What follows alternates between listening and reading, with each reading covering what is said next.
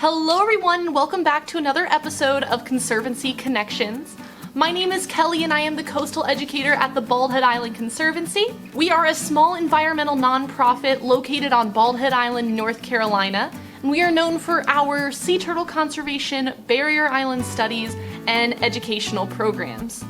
We are not able to go to the island and you guys are not able to visit us, so we decided to bring a little bit of our education to you guys. If you guys want to give us a donation, we have a link down below. Please put education in the comment section if you do, so we know where your donation is coming from. We thank you from the very bottom of our hearts for watching these videos and helping us out and giving us so much support. I'm gonna be hanging out in the comment section for this video, so if you have any questions, comments, or just cool facts that you might have, leave them down below because I love seeing them and I love talking to you guys.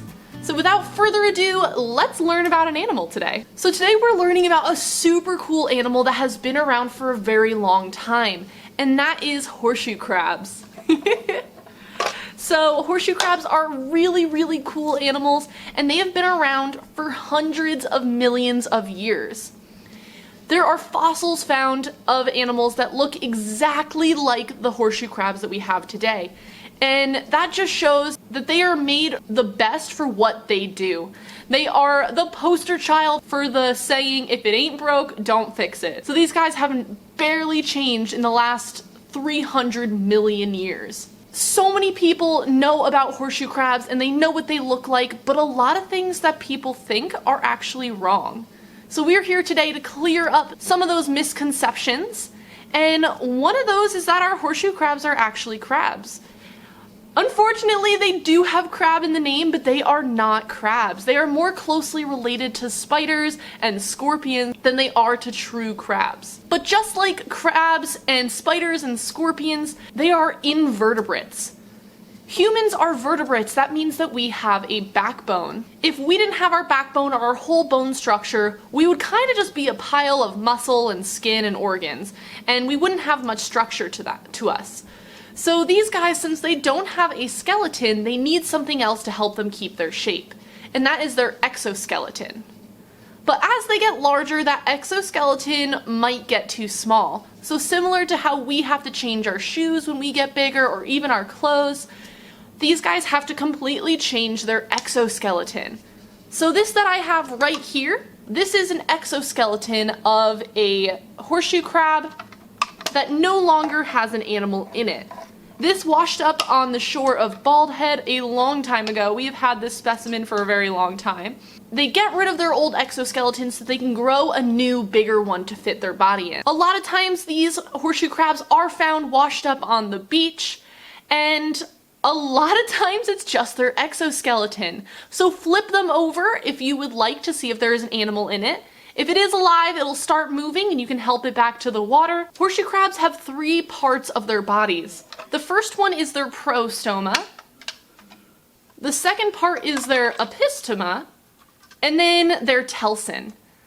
Their prostoma is the front part of their body, and this is where they get the name horseshoe crab from. It is shaped like a horseshoe that you would find on the bottom of a horse's foot, and this is where they house all their organs and their glands, their mouth parts, all their legs are attached to this part of their body, so this is a very important part of their body. This is also where they have their two major eyes. So you can see them right here, there's one and two. They have two compound eyes that can see kind of some shapes. They don't have the best vision. But then they have 8 other eye spots, and these are more photoreceptors, so they see light and dark. These photoreceptors are found around their telson and on their backs, some underneath their body as well, so they can find their food and see if they're flipped over. These photoreceptors really help them hunt, and they also help them stay away from predators as well. They have 1 pair of walking legs underneath their prostoma and at least 3 pairs of claws. If they are a female, they will have a 4th pair of claws, but if they are a male, they have little hooks as their front limb that kind of look like boxing gloves. Females will get to be about 1.5 feet long, so this specimen that I have today was most likely a female. And then the males only get to be a little bit larger than 1 foot, so they are a lot smaller than the females. So next we have their epistema.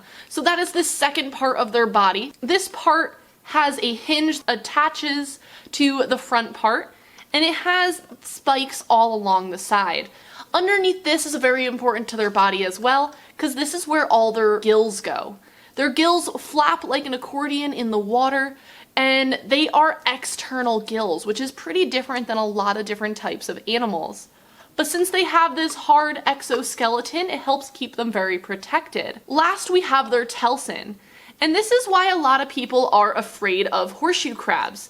They think that this is a stinger like a stingray, but in fact, it is really just one hard piece of tail that's primarily used for them to flip over if they ever get stuck on their backs. They are clumsy animals and they do fall over on their backs quite often, and they use this tail to push themselves up and over back onto their bellies. Their claws are not strong enough to pinch you. Their telsons really cannot hurt you. They do not have a sting. So our horseshoe crabs are pretty much harmless. These guys can swim for very short distances.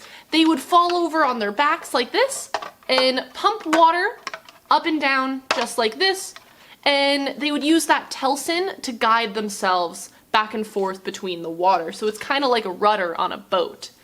This telson is not very strong, so if you do ever pick up a horseshoe crab, please pick them up by the prostoma, so the front part. Like I said, they do not have a way to hurt you, but that telson can fall off very easily, and it is very important to them to have that telson. Horseshoe crabs live on the bottom of the ocean. They are bottom dwellers. They will lay their eggs in the very shallow waters of the beach, and then they will move a little bit deeper so that they can find food. They like to eat things that are found in the sand. They will pick through the sand with all their little claws, and they like to eat small clams, small crustaceans, maybe even little fish or eggs that they find. So horseshoe crabs do not have any jaws, so they cannot bite. So they need to crush their food between their legs before they eat it. So they can't eat anything that's very big, or else they won't be able to crush it. Another really cool thing about our horseshoe crabs is that they're very important to the medical industry. They have a different type of blood than we do. Our blood is red because it is iron-based, but their blood is blue because it is copper-based. They have a compound called LAL in their blood that we do not have, and it clumps to bacterial toxins. So a lot of times their blood is spun around a sample of a vaccine to make sure that it is pure, that there is no bacterial toxins in it. Sometimes they will use it to test the sterility of medical instruments. They are used for so much more. They also are researched for their eyes. They're also used in cancer research.